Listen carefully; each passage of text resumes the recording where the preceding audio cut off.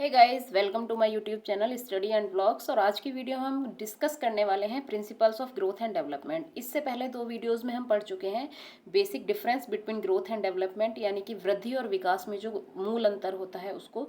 जो ग्रोथ है वो ही पार्ट है किसका, डेवलपमेंट का। ये वीडियो हमारी वन थी। सेकेंड वीडियो में हमने पढ़ा है चेंजेस इन डेवलपमेंट, यानी विकास में परिवर्तन, और टाइप्स ऑफ डेवलपमेंट। तो गाइज ये दोनों ही अलग अलग चीज़ें हैं। परिवर्तन क्या है और प्रकार क्या है विकास के। तो आज हमारी जो थर्ड वीडियो है हम इसमें डिस्कस करने वाले हैं principles of growth and development, यानी वृद्धि और विकास के जो सिद्धांत हैं। ये सिद्धांत से सी टेट में, यूपी टेट में, सुपर टेट में, आप जिस भी टीचिंग एग्जाम में बैठने वाले हैं, चाहे बिहार टीचिंग एग्जाम हो, यूपी हो, इवन कोई भी टीचिंग एग्जाम हो, उसमें यहाँ से एक ना एक क्वेश्चन हमेशा बनता ही बनता है।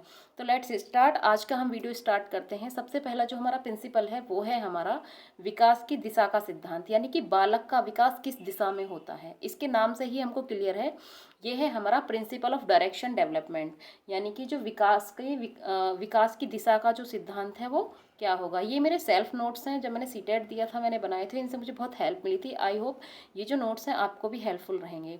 तो आज हम क्लियर करेंगे कि ये विकास की दिशा का सिद्धांत क्या है। बालक का जो विकास होता है, जब बालक जन्म लेता है तो उसका जब ग्रोथ होती है वो विजिबल होती है, हम देख सकते हैं। कई बार ऐसा होता है कि किसी किसी बच्चे का हाथ पूरी तरीके से डेवलप नहीं हो पाता है, ग्रोथ नहीं कर पाता, किसी का पैर नहीं कर पाता। तो ये बहुत रेयर केसेस होते हैं, लेकिन जो कॉमन चीज़ होती है वो हर बच्चे में देखने को मिलती है, सिर से पैर की तरफ विकास। इसका हिंदी में पूछा जाता है कि सेफेलोकॉडल, इंग्लिश में इसका नाम है सेफेलोकॉडल, और हिंदी में इसको बोल देते हैं मस्तिष्क पदोन्मुखी या शीर्ष पदोन्मुखी। इसके बहुत सारे नाम हैं, सिर से पैर तक या सिर से पैर तक, पैर की तरफ होने वाला जो विकास है। तो हमें दिशा ही तो बतानी है किस दिशा में विकास हो रहा है, सिर से पैर की तरफ होगा या अंदर से बाहर की तरफ होगा। ऐसा तो है नहीं कि हमारे हाथ सिकुड़ जाएंगे, हमारे हाथ फैलेंगे ना, बड़े होंगे तो हमारी साइज बड़ा होगा हाथों का, पैरों का साइज बड़ा होगा। जब हम ऊपर लंबाई हमारी बढ़ रही है तो क्या हो रहा है, हमारा सेफेलोकॉडल वाला हमारा जो डेवलपमेंट है वो हो रहा है, यानी सिर से पैर की तरफ हो रहा है। और जो हमारा इनर टू आउटर हो रहा है, अंदर से बाहर की तरफ, यानी कि बात करें अपने हाथों की, तो ये क्या है हमारा प्रॉक्सिमोडिक्स्टल है। ठीक है, तो ये बेसिक बेसिक इसके नाम से ही पूछ लिया जाता है कि सेफेलोकॉडल क्या है। शीश टू पदोन्मुखी है, मस्टिक टू पदोन्मुखी है, सेफेलोकॉडल है, सिर से पैर की तरफ है, हेड टू टो है। इवन इसको कुछ भी आप नाम दे सकते हो, जिससे बस ये क्लियर होना चाहिए कि ये जो विकास है हमारा सिर से और पैर की तरफ होता है बालक का। ठीक है, प्रॉक्सिमोडिक्स्टल होता है समीप से दूर की तरफ, यानी कि अंदर से बाहर की तरफ जो फैलाव होता है। इसमें बहुत सारी चीज़ें हैं जो शॉर्ट में लिखी हैं, आपको सिर्फ समझनी है। वो आप सोचोगे कि इसमें लिखा तो कुछ नहीं है, इसमें उतना लिखा है जितना ज़रूरी है। इससे आपको 100% आप ये वाले नोट्स पढ़ने के बाद 25 से 26 नंबर सीडीपी में इजीली स्कोर कर सकते हो। तो हमारा दोनों का क्लियर होता है। सेफेलोकॉडल होता है सिर से पैर की तरफ विकास, यानी क्योंकि हमारा पहला जो नंबर है वो विकास की दिशा का सिद्धांत है। और उसी में जब दूसरा हमारा आता है वो होता है प्रॉक्सिमोडिक्स्टल, जो होता है हमारा अंदर से बाहर या समीप से दूर की तरफ। इनर टू आउटर बोलो, सेंटर टू आउटवर्ड बोलो, इंग्लिश में हिंदी में जैसे आपको समझना है वैसे समझो, लेकिन याद रखना है इन दोनों के नाम बहुत पूछे जाते हैं।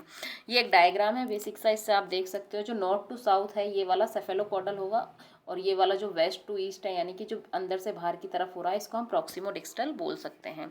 एक तरीके से आप इसको बच्चा समझ सकते हो, जैसे साइड में है ये छोटा सा। आप अगर ऐसे देखेंगे, बनाने की कोशिश करती हूँ मैं, मान लीजिए ये सर है, ये बच्चे के पैर हैं, ये इसके हाथ हैं। ठीक है, तो जो ये हेड टू टो वाला हिस्सा है इसको हम सेफेलोकॉडल बोलेंगे, और जो इनर टू आउटर जा रहा है ये जो विकास है इसको हम बोलेंगे प्रॉक्सिमोडिक्स्टल। आई होप ये आपको क्लियर हो गया होगा। विकास का फर्स्ट सिद्धांत है ये। नेक्स्ट है हमारा rate of growth and development. किस वृद्धि से बच्चे का विकास होता है, वृद्धि या विकास की दर क्या होती है बच्चे की। इसका मतलब ये नहीं है कि उसकी रेट का, मतलब आप सोचो कि भाई किसी और चीज़ से पूछो कि किस, इसने पूछा है कि किस अवस्था में कितनी दर से विकास होता है। यानी जब बच्चा इन्फेंसी में होता है, शैशवावस्था में होता है, तो उसका विकास बहुत तेज़ी से होता है, उसकी वृद्धि बहुत तेज़ी से होती है। जितनी हाइट हमारी स्टार्टिंग में 2 साल तक बढ़ती है, जिस रेट से बढ़ती है, यानी आप 2 साल में ही 2 फुट के, अगर 2.5 फुट के हो जाते हैं, और बढ़ते बढ़ते आप इस हिसाब से तो आप जल्दी से 3-4 साल में ही 6-7 फुट के हो जाओगे। लेकिन जो रेट है वो अलग अलग है। इन्फेंसी से अगर चाइल्डहुड के बीच में देखें तो सबसे ज़्यादा हमारी रेट होती है विकास की, बॉडी की ग्रोथ की। ये चाइल्डहुड में आके क्या होती है, थोड़ी सी धीमी हो जाती है। बाल्यावस्था में धीमी हो जाती है, एडोलसेंस में आने के बाद फिर से तेज होती है और बुढ़ापे में फिर ग्रोथ हमारी धीमी हो जाती है। तो जो रेट है ग्रोथ और डेवलपमेंट की ये पूछी जाती है, सवाल आता है कि किस अवस्था में सबसे ज़्यादा वृद्धि होती है, सबसे ज़्यादा तेज़ी की दर से वृद्धि होती है बालक की, वो है हमारी शैशवावस्था और फिर है हमारी एडोलसेंस यानी कि जो हमारी किशोरावस्था होती है।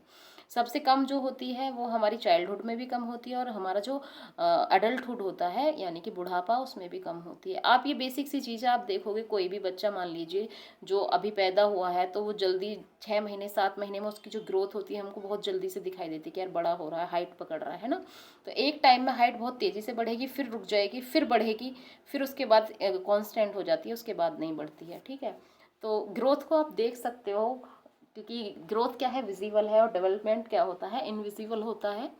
तो आई होप ये दोनों के दोनों सिद्धांत आपको क्लियर हो गए होंगे कि ये क्या है। आप इसको देख सकते हैं कि जो रेट है ग्रोथ एंड डेवलपमेंट की, वो हर अवस्था में अलग अलग होती है।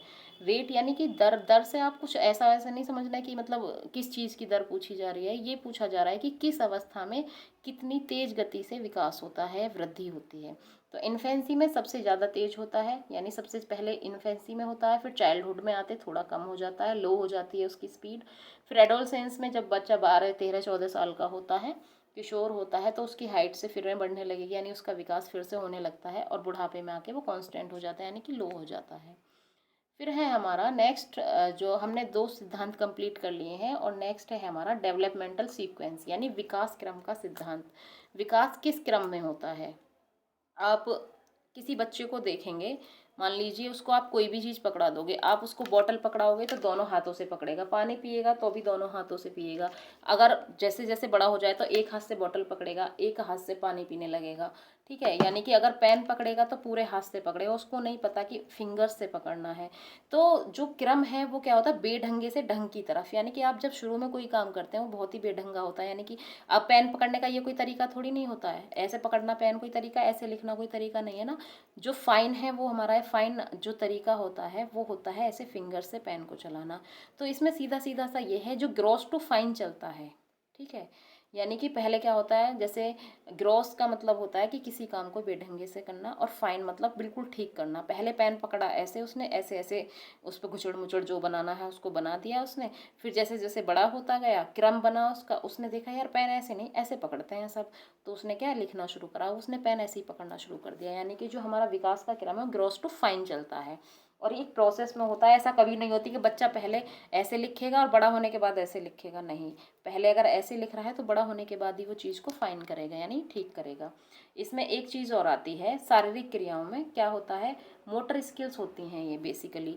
यानी कि जब ग्रॉस मोटर स्किल होती है वो होती है बेढंगे तरीके से मतलब भागेगा या दौड़ेगा तो बिल्कुल ऐसे भागेगा, सारा पूरा शरीर हिला के भागेगा। लेकिन जब उसे बड़ा होगा तो पता चलेगा कि नहीं, सिर्फ पैरों को चलाना है, ऊपर की बॉडी को कांस्टेंट रखना है, वो उसकी क्या है, फाइन है। यानी कि वो फाइन मोटर स्किल हो गई कि उसको पता चल गया। मान लीजिए हमारे पास वोकेबलरी है बहुत सारी, वोकेबलरी ये अलग एग्जाम्पल है। वोकेब हमको बहुत याद है, लेकिन सेंटेंस में कैसे यूज़ करना है हमको नहीं पता है। तो इसका मतलब हमको ग्रॉस मोटर स्किल है, यानी कि जो हमारा दिमाग में है कि हाँ इसका मीनिंग ये होता है, इसका मीनिंग ये होता है, लेकिन इसको सेंटेंस में कैसे यूज़ करना है हमको पता है। हेल्पिंग वर्ब क्या होती हैं, मेन वर्ब्स क्या होती हैं, लेकिन हम जब सेंटेंस लिखने बैठ रहे हैं, ऐसे लिखने बैठ रहे हैं, तो हम उसको फाइन तरीके से नहीं लिख पा रहे हैं, तो वो क्या हो जाती है हमारी ग्रॉस मोटर स्किल। और जब हम उसको ठीक से ढंग से लिखना शुरू कर दें, समझ लीजिए आप फाइन मोटर स्किल की तरफ जा रहे हैं। तो इसमें ही एक चीज़ और आती है मोटर स्किल में, इसी दौरान उसकी LSRW वाली जो चीज़ होती है वो विकसित होती है। LSRW मतलब क्या है, ये लैंग्वेज डेवलपमेंट उसका यहीं से शुरू होने लगता है। लैंग्वेज डेवलपमेंट शुरू होता है यानी कि लिसनिंग करता है, स्पीकिंग करता है, रीडिंग करता है, राइटिंग करता है, इन सब चीज़ों को इंटीग्रेट करना सीख जाता है वो। ठीक है, पहले सुनेगा, फिर बोलेगा, फिर उसको पढ़ने की कोशिश करेगा, लिखने की कोशिश करेगा। ऐसे ही मैंने इसमें एग्जाम्पल दे दिया है एक, जैसे पेन का पकड़ना, यानी पूरे हाथ से अगर पकड़ रहा है पेन को ऐसे करके, तो वो क्या है, ग्रॉस मोटर स्किल। वहीं उसने लिखना शुरू कर दिया, यानी कि वो क्या है, फिंगर से पेन शुरू कर दिया पकड़ना, इम्प्रूवमेंट आ गया अब उसमें, तो वो क्या है, हमारी फाइन मोटर स्किल। जैसे रनिंग करना, क्लाइंबिंग करना, लेकिन बाद में उसको पता चला यार दौड़ने के लिए रनिंग ही ज़रूरी नहीं है, थोड़ी एक्सरसाइज फाइन, यानी स्मार्टली किसी काम को करना। ठीक है, उससे भी ये काम हो सकता है, तो उसको क्या बोलेंगे हम, आपका फाइन मोटर स्किल। ठीक है, जैसे एक क्रम होता है, विकास क्रम का सिद्धांत है, तो सबसे पहले कौन सी अवस्था, शैशवावस्था यानी इन्फेंसी होती है। फिर हमारा क्या आता है, बच्चा, बाल्यावस्था, चाइल्डहुड आता है, किशोरावस्था, एडोलसेंस आता है, एडल्टहुड आता है। तो ये हमारा क्रम है विकास का एक, ठीक है। तो आज हमने जो पढ़े हैं ये 3 प्रिंसिपल पढ़े हैं। आई होप ये तीनों के तीनों प्रिंसिपल आपको अच्छे से समझ में आए होंगे। कल की वीडियो में हम इसको फिनिश कर देंगे, ग्रोथ एंड डेवलपमेंट को। उसके बाद हम हेरिडिटी एंड एनवायरनमेंट पढ़ने वाले हैं। देन उसके बाद हम जीन पियाजे की थ्योरी पढ़ेंगे। तो आई होप ये नोट्स आपको पूरा हेल्प करेंगे आपके एग्ज़ाम में। अगर आपको ये वीडियो अच्छी लगती है तो शेयर कर देना, नहीं करो तो आपकी मर्ज़ी है। चलो ठीक है, बाय बाय, ओके।